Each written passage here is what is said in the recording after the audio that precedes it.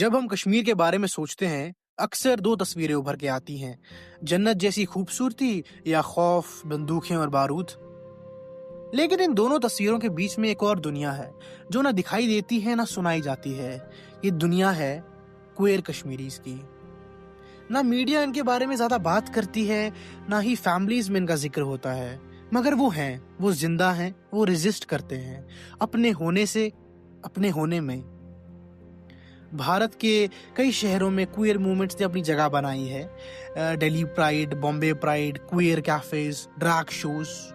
मगर कश्मीर में क्वेयर होना मतलब सिर्फ एक आइडेंटिटी नहीं, ये एक खतरा बन जाता है। यहाँ being queer is equal to being watched. तुम सिर्फ समाज के लिए नहीं, स्टेट के लिए भी प्रॉब्लम बन जाते हो। डॉक्टर एहजाज अहमद बंड, एक एलजीबीटीक्यू एक्टिविस्ट और रिसर्चर, कहते हैं आपका क्वेयर होना पॉलिटिकल बन जाता है, आप ए पॉलिटिकल रह ही नहीं सकते। एहजाज ने अनलॉकिंग क्लोजेट लिखी, एक किताब जो कश्मीर के 11 एलजीबीटीक्यू लोगों की कहानियों को रिकॉर्ड करती है। वो कहते हैं जब विजिबिलिटी एक थ्रेट बन जाए तो इनविजिबिलिटी सर्वाइवल बन जाती है। मनु बेबो श्रीनगर की 21 साल की ट्रांस वुमेन, मेकअप आर्टिस्ट हैं, इन्फ्लुएंसर हैं, बोल्ड हैं।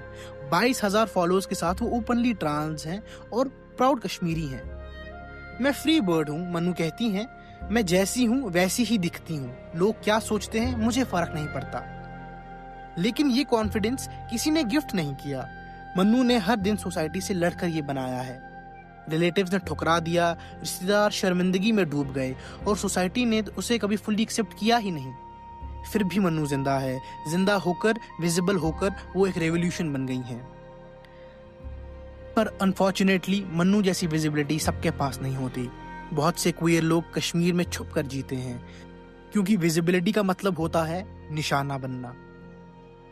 एहजाज अहमद बंड 3 पहचान के साथ जीते हैं, क्वेयर, मुस्लिम और कश्मीरी। हर एक पहचान एक नया टेस्ट बन जाती है उनके लिए। रिलीजन को लेकर सबसे ज्यादा सवाल उठते हैं। इस्लाम और क्वेयरनेस को अक्सर कॉन्ट्राडिक्टरी समझा जाता है, लेकिन हमारा सवाल ये है, क्या आप मुस्लिम और क्वेयर दोनों हो सकते हो? क्या हमारे ईमान का मतलब हमारी सेक्सुअलिटी पे डिपेंड करता है? एहजाज कहते हैं इस्लाम के सीक्रेट टेक्स्ट्स को क्वेयर सेंसिटिव इंटरप्रिटेशन जरूरी है, क्योंकि जब तक वो नहीं होगा, क्वेयर मुस्लिम्स को हमेशा गिल्ट में रहना होगा। हर नमाज के बाद माफी मांगनी होगी, सिर्फ होने के लिए, सिर्फ एग्जिस्ट करने के लिए। बाहर के शहरों में कमिंग आउट एक एम्पावरिंग रिचुअल होता है, मगर कश्मीर में कमिंग आउट का मतलब है प्रॉब्लम्स का पंडोरा बॉक्स खोलना।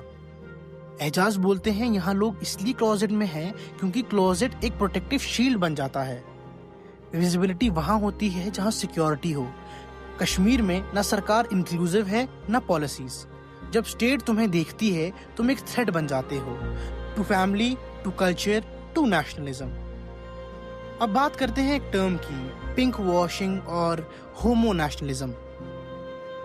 पिंक वॉशिंग का मतलब होता है जब स्टेट्स एलजीबीटीक्यू राइट्स का नाम लेकर अपना प्रोपेगेंडा बेचते हैं। इजराइल यही करता आ रहा है पैलेस्टीन के साथ, और इंडिया ने भी यही नैरेटिव चलाना चाहा जब आर्टिकल 370 हटाया गया। दे सेड अब क्वेयर कश्मीरीज आजाद हैं। एहजाज बताते हैं लेकिन हम पहले से एग्जिस्ट कर रहे थे। होमोफोबिया पहले भी था, अभी भी है।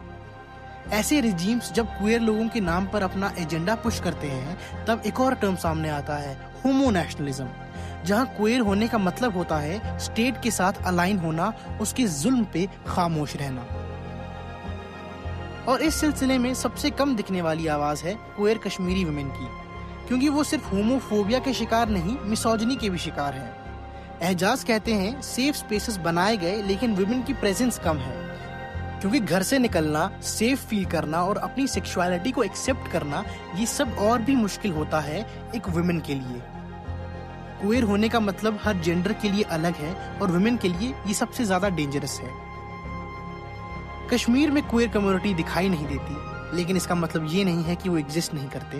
वो यही हैं, जिंदा हैं, अपने होने में रेजिस्टेंस है उनकी। हम क्लोजेट में हैं, लेकिन हम गायब नहीं हैं। हमारी खामोशी भी एक तरीका है जीतने का।